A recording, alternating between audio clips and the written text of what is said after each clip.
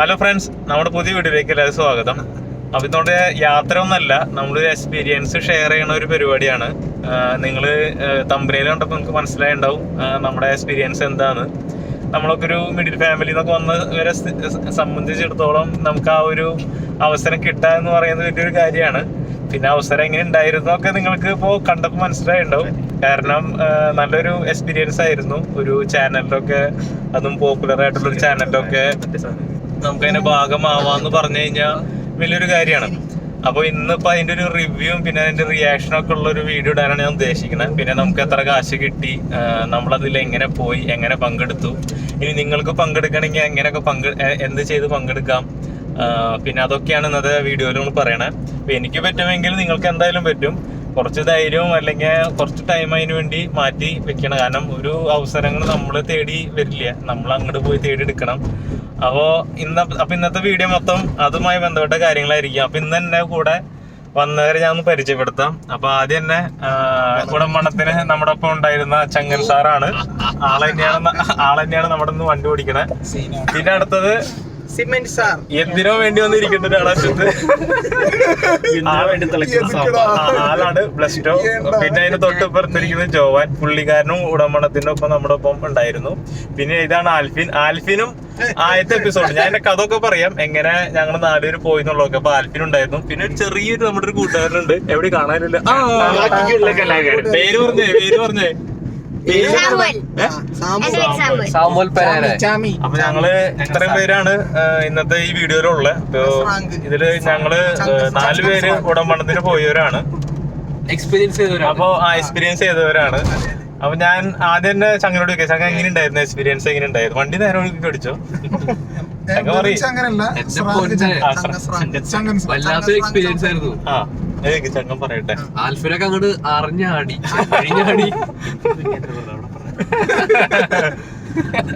അപ്പൊ ചങ്ങനെ സംബന്ധിച്ചിടത്തോളം അപ്പൊ ചങ്ങ വണ്ടി ഓടിക്കാൻ നമ്മൾ ചങ്ങനെ ഫോക്കസ് ചെയ്യണില്ല. കാരണം അടുത്തത് ജോവാൻ എന്താ പറയാ, ഞാൻ ജോവാനെ പറ്റി പറയുകയാണെങ്കിൽ ഞങ്ങളുടെ ഇടയിൽ വളരെ കൂളായിട്ട്, അല്ലെങ്കിൽ എന്താ പറയാ, വെരികി നടക്കണ ഒരു ഐറ്റം ആയിരുന്നു. പക്ഷെ അവിടെ ചെന്ന് ക്യാമറയുടെ മുമ്പിൽ എത്തിയപ്പോ ആളെന്തോ ഇടിവെട്ടേറ്റ ഒരു പാമ്പിനെ പോലെ എനിക്ക് തോന്നിയ. അപ്പൊ ജോവാൻ എന്തായാലും പറയാൻ എന്റെ അഭിപ്രായം. ജോവാൻ എങ്ങനെ ഉണ്ടായിരുന്നു? സീനാണ്, നമുക്ക് വിചാരിക്കണമായിരുന്നല്ലേ 4 ക്യാമറ വന്ന് മൂടിപ്പോണ വായിക്കാൻ നമുക്കുള്ള മനസ്സിലായി.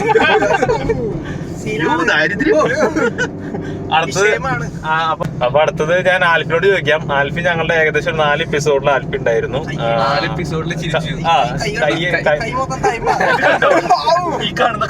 കൈയടിക്കാൻ വേണ്ടി പോയെന്നാണ് പറഞ്ഞത്. ആൽഫിന്റെ ഒക്കെ ഒരു പരാതി പറഞ്ഞു, ഞാൻ കാശ് കൊടുത്ത്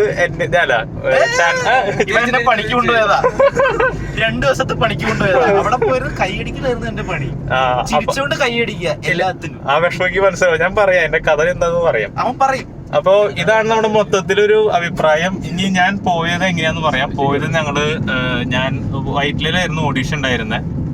ഒരു ദിവസം പത്രത്തിലെ റിപ്പോർട്ട് കണ്ടിട്ടാണ് ഞാൻ പോയത്. അപ്പൊ നമ്മള് ചാലക്കുടിയിൽ നിന്നാണ്. അപ്പൊ ചാലക്കുടിയിൽ നിന്ന് നമ്മൾ ഏകദേശം രാവിലെ തന്നെ പോയി. അവിടെ 7:30 എത്തണമായിരുന്നു ഓഡീഷന്റെ അവിടെ ഏകദേശം 600 ആൾക്കാരുണ്ടായിരുന്നു. 2 റൗണ്ടായിരുന്നു അവിടെ ഉണ്ടായിരുന്നത്.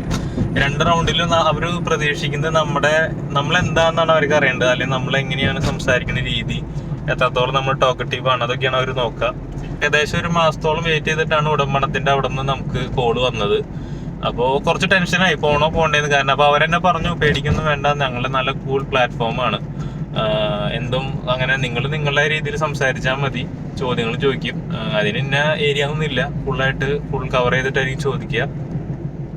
അങ്ങനെ അത് വിചാരിച്ചു. അപ്പൊ 2 ആള് പോണം, ഒപ്പം കൂടെ 2 ആള് പോണം. നമ്മുടെ ഒന്നല്ലേ ഫ്രണ്ട്സ്, അല്ലെങ്കിൽ നമ്മുടെ കസിൻസോ പാരന്റ്സ് ആരെങ്കിലും. അപ്പൊ ഞാൻ പറഞ്ഞു എൻ്റെ ഒപ്പം 2 ഫ്രണ്ട്സ് ആയിരിക്കും വരാം. അപ്പൊ അങ്ങനെ ആദ്യത്തെ വിളി വന്നത് നമുക്ക് 2 ദിവസത്തേക്ക് വേണ്ടി. അവർ നമ്മളോട് പറഞ്ഞു 2 ദിവസം നിങ്ങൾ സ്റ്റേ ചെയ്യേണ്ടി വരും. അങ്ങനെ 2 ദിവസത്തേക്കാണ് ഞാൻ പോയത്. അപ്പൊ ആദ്യത്തെ എപ്പിസോഡിൽ ഞങ്ങൾ പോയത് ഞാനും ചങ്കനും ആൽഫിനും ആണ് പോയത്. അങ്ങനെ 2 ദിവസമാണെങ്കിൽ അവരെടുത്ത എപ്പിസോഡ് 5 എണ്ണല്ലടാ, 5 എപ്പിസോഡ് എടുത്തു. അപ്പൊ അവരോട് പറഞ്ഞിരുന്നു, നമുക്ക് ചാൻസസ് എന്ന് പറഞ്ഞു കഴിഞ്ഞാൽ A ടീമാണ് തിരഞ്ഞെടുക്കണം. നമ്മളവിടെ ചെന്ന് ആൾക്കൂട്ടത്തിൽ ഇരിക്കണം, അവിടുന്ന് A ടീമാണ് നമ്മൾ തിരഞ്ഞെടുക്കുക. നിങ്ങൾ വീഡിയോ എപ്പിസോഡ് കാണുമ്പോൾ മനസ്സിലാവും. അപ്പൊ അതുകൊണ്ട് ഉറപ്പില്ല, നമുക്ക് ഉറപ്പ് പറയാൻ പറ്റില്ല. അപ്പൊ ആദ്യത്തെ 2 ദിവസങ്ങൾ പോയി, ഞങ്ങൾ 5 എപ്പിസോഡ് ഇരുന്നു, ഞങ്ങളെ സെലക്ട് ചെയ്തില്ല. അപ്പോ അതിന്റെ ഒരു വിഷമാണ് ആൽഫിൻ അത് പ്രകടിപ്പിച്ചത്. കാരണം ആളെ കൈയടിക്കാൻ വേണ്ടി മാത്രമേ കൊണ്ടുപോയെന്നാണ്. അങ്ങനെ നമ്മള് കുറച്ച് നിരാശയുണ്ട്, കുറച്ചൊന്നല്ല നല്ല നിരാശ ഉണ്ടായിരുന്നു. 2 ദിവസം നമ്മൾ ലീവൊക്കെ എടുത്ത് പോയിട്ട് ഞാനും ഈ ചങ്ങനാണെങ്കിലും ലീവ് എടുത്ത് പോയെ, ആൽഫിന് ലീവ് എടുത്തു. അങ്ങനെ 2 ദിവസം നമ്മൾ പോയി ഇരുന്നിട്ടും നമുക്കൊരു അവസരം കിട്ടിയില്ല. അപ്പൊ അതിന്റെ വലിയൊരു വിഷമത്തിൽ നമ്മൾ ഇരുന്നേ.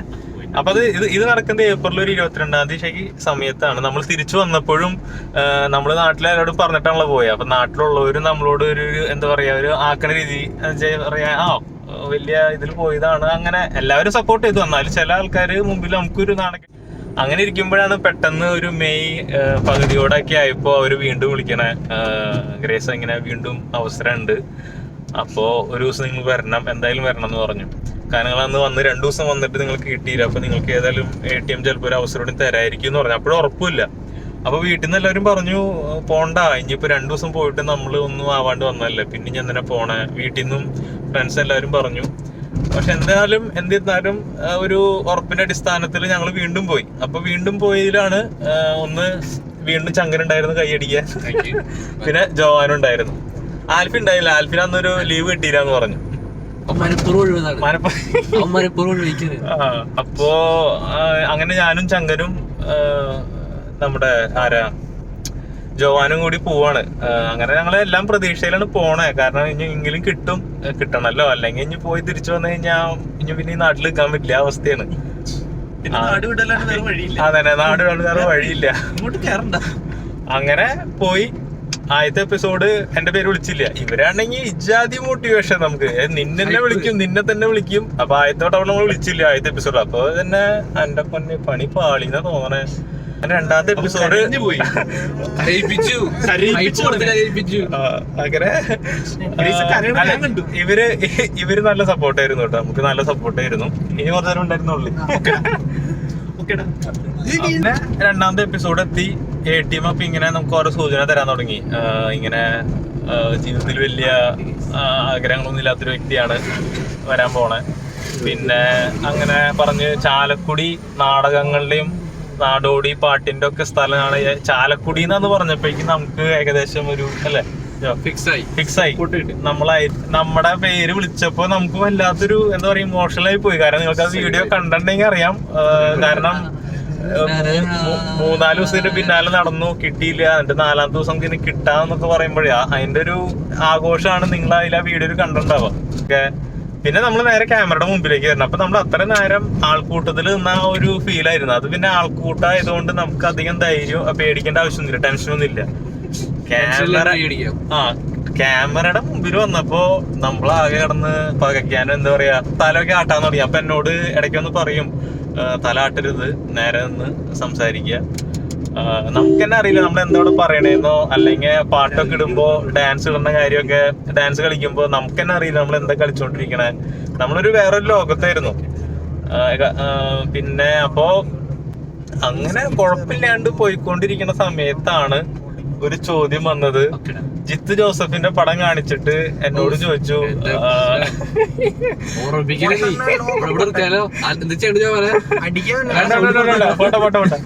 ജിത്ത് ജോസഫിന്റെ പടം ഫോട്ടോ കാണിച്ചിട്ട് എന്നോട് പറഞ്ഞു ഇദ്ദേഹം സംവിധാനം ചെയ്ത 3 സിനിമയുടെ പേര് പറയാൻ പറഞ്ഞു. ഞാൻ യഥാർത്ഥത്തില് എന്റെ മനസ്സിൽ ദൃശ്യം ഒരു സിനിമ വരണില്ല. അത് സത്യമായിട്ടും എന്റെ മനസ്സിൽ വന്നില്ല. എന്റെ പിന്നിൽ ഒരാളാണ് പറയേണ്ടത് ഒരു ഒലക്ക കിട്ടോ, ഒരു തല്ലി കൂട്ടാൻ. കാരണം അവിടെ ഉള്ളവര് എന്നെ അത്രമാത്രം സപ്പോർട്ട് ചെയ്തു. എന്ന് വെച്ച് കഴിഞ്ഞാൽ ഇതിന് വെച്ച് തുടങ്ങണ ഒരു പേരാണ്, അല്ലെങ്കിൽ ഷാ വെച്ചിട്ട് എനിക്ക് വല്ല ഫ്രണ്ട്സ് ഉണ്ട്. അങ്ങനെ കുറെ ക്ലൂസ് എനിക്ക് തന്നോണ്ടിരുന്നു.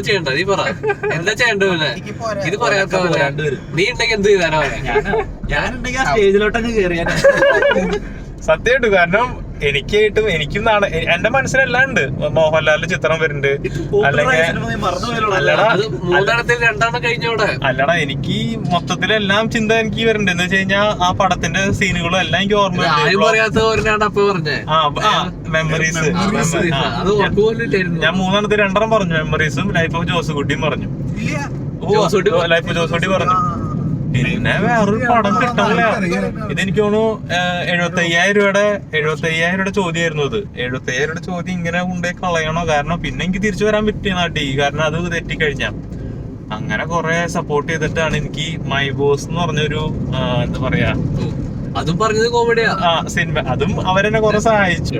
അങ്ങനെ എന്താടാ പക്ഷെ ഇത് അപ്പോ അങ്ങനെ അവസാനം മൈബോസ് പറഞ്ഞിട്ട് നമ്മള് ആ 75 ചോദ്യം പൂർത്തിയാക്കി. അപ്പോഴാണ് ഒരു ആശ്വാസം ഉണ്ടായിരുന്നത്. പിന്നെ നമുക്ക് വന്ന ചോദ്യം അത് വേണമെങ്കിൽ ഞാൻ ആ പാട്ട് പാടാം അല്ലെ. 1,00,000 ചോദ്യമാണ് അത്. ഞാൻ പാട്ട് പാടാം. ചോദിക്കാം, നമ്മുടെ ചെറിയ പയ്യനോട് ചോദിക്കാം, നമ്മുടെ കുട്ടി സ്രാങ്കിനോട് ചോദിക്കാം. സാമേ ഞാൻ പാട്ട് പാടാം. എനിക്ക് 1,00,000 രൂപയുടെ ചോദ്യമാണ്. അത് നീ ഉത്തരം പറയാമെന്ന് അറിയാനാ. പാട്ട് പാടി കഴിഞ്ഞാ പാട്ട് ഗായകൻ ആൽഫിനോട് പറയട്ടെ. പാട്ട് പാടും, ആ സിനിമ ഏതാന്ന് പറയണം. ഓക്കെ, പാട്ട് പാടട്ടെ. ഞാൻ അടിച്ച തങ്കമാട്ടെ 4 മാസം തൂങ്കമാട്ടെ മോട്ടിമാറ് വീട്ടിൽ പോയി സേറമാട്ടെ. ഞാൻ അടിച്ച തങ്കമാട്ടെ 4 മാസം തൂങ്കമാട്ടെ മോട്ടിമാറ് വീട്ടിൽ പോയി സേറമാട്ടെ. നീ ഈ സിനിമ പറഞ്ഞേ അറിയാന്ന പറഞ്ഞത് നീ.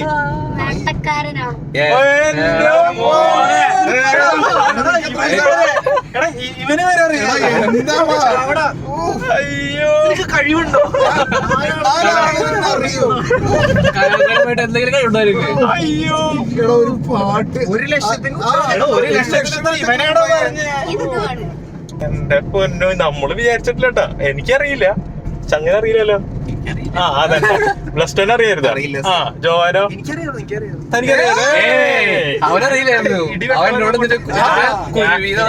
ഞാൻ ഷോ കഴിഞ്ഞ് ആകെ സംസാരിച്ച് അറിഞ്ഞതില് ആൽഫിന് മാത്രമാണ് അതിന് ഉത്തരം പറഞ്ഞു. ബാക്കി എല്ലാവർക്കും പോക്കിരി. ഞാൻ പറഞ്ഞു കുരുവി. അതെങ്ങനെ വന്നത് എനിക്കറിയില്ല. കുരുവി ഒരാളെ വിടില്ലല്ലോ. വണ്ടി എടുത്ത് ഇവനെ ഇറക്കണേ.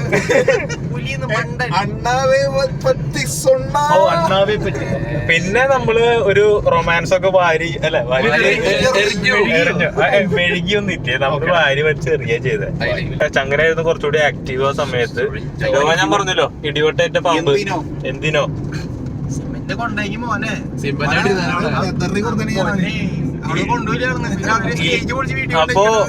അപ്പൊ ഇനി ഞാൻ അടുത്തൊരു സെക്ഷൻ എന്ന് പറയുന്നത് നമ്മുടെ മെയിൻ ആയിട്ട് എന്ന് പറയുന്നത് നമുക്ക് എത്ര രൂപ കിട്ടിയെന്നാണ് ലാസ്റ്റ് പറയട്ടെ. അതിൽ നമുക്ക് കിട്ടിയത് 75,000 രൂപയാണ് നമുക്ക് കിട്ടിയത്. പക്ഷെ 1,00,000 ചോദ്യം പറഞ്ഞില്ലേ, 1,00,000 ചോദ്യം സാം ഉണ്ടായെങ്കിൽ സാം അടിച്ച് കിട്ടിയാനെ. പക്ഷെ അത് പോയി, നമുക്ക് പറ്റില്ല. നമുക്ക് അത്രയും എന്താ പറയാ കഴിവല്ല, അറിവില്ലാണ്ടായി പോയി. അങ്ങനെ അത് രണ്ടും ഒന്നാണല്ലേ. അപ്പോ ഇത്രേ ഉള്ളൂ പറയാനായിട്ട്.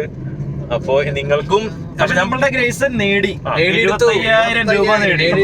കൈയ്യടി അറിയിക്കും. Thank you. ഇല്ലില്ല, ഞാൻ ആർക്കും ഒന്നും പറഞ്ഞു കൊടുത്തല്ല. അല്ല ആരും സംശയിക്കുന്നു. പിന്നെ നിങ്ങൾക്ക് ഓങ്കോ എന്ന് പറഞ്ഞ ഓൺലൈൻ ഗെയിം കളിക്കാം. അവരുടെ ആപ്പ് ഡൗൺലോഡ് ചെയ്ത് ആ ആപ്പിൽ വഴി നിങ്ങൾ ഗെയിം കളിക്കുമ്പോൾ നിങ്ങൾക്ക് സെലക്ഷൻ വരാം. അപ്പോൾ എനിക്ക് പോവാമെങ്കിലും നിങ്ങൾക്ക് എല്ലാവർക്കും പോവാം, ഒരു കുഴപ്പമില്ല. അപ്പോൾ നല്ലൊരു എക്സ്പീരിയൻസ് ആയിരിക്കും. ട്രൈ ചെയ്ത് നോക്ക്. ഏതായാലും അവസരങ്ങളൊന്നും നമ്മളെ തേടി വരില്ല, നമ്മളെ അവസരങ്ങൾ തേടി നമ്മൾ പോകണം. യെസ്. നിങ്ങളിപ്പോ ആൾക്കൂട്ടത്തില് പോയി ഇരുന്നാല് നിങ്ങൾക്ക് പൈസ ഉണ്ടാക്കാം. കാരണം ചില ചോദ്യങ്ങൾക്ക് ഉത്തരം കണ്ടസ്റ്റന്റ് കിട്ടാണ്ട് വരുമ്പോൾ നിങ്ങളോട് ചോദിക്കും. അപ്പൊ നിങ്ങൾക്കും ഉത്തരം പറയാൻ പറ്റും. അപ്പൊ നിങ്ങൾക്ക് ATM വരുന്ന കാശ് നിങ്ങൾക്ക് വാങ്ങാം. 50,000 വരെ വാങ്ങിയവരുണ്ടല്ലേ നമ്മുടെ കൂടെ പോയിട്ട്. 50,000 വരെ കിട്ടും. 50,000 രൂപ, 25,000 തൊട്ട് 50,000 രൂപ എന്തായാലും കിട്ടും ഉത്തരം പറയുന്നവർ. അപ്പൊ നിങ്ങൾക്ക് അങ്ങനെയും ചെയ്യാം. എന്റെ ഒരു എക്സ്പീരിയൻസ് പറയുകയാണെങ്കിൽ ഓഡിയൻസിന് ഒരു 50,000 വരെ ഉണ്ടാക്കാം. സിമ്പിൾ ആയിട്ട് ഉണ്ടാക്കാം. വളരെ സിമ്പിൾ ചോദ്യങ്ങളായിരിക്കും. ഇപ്പൊ ഉദാഹരണം പറയുകയാണെങ്കിൽ മിന്നാരത്തിന്റെ ഡയറക്ടറാണ്. ഇങ്ങനത്തെ ചോദ്യങ്ങളൊക്കെയാണ്. ഇങ്ങനത്തെ ചോദ്യങ്ങൾക്ക് ഉത്തരം പറഞ്ഞാൽ നല്ല കാശ് വാങ്ങുക.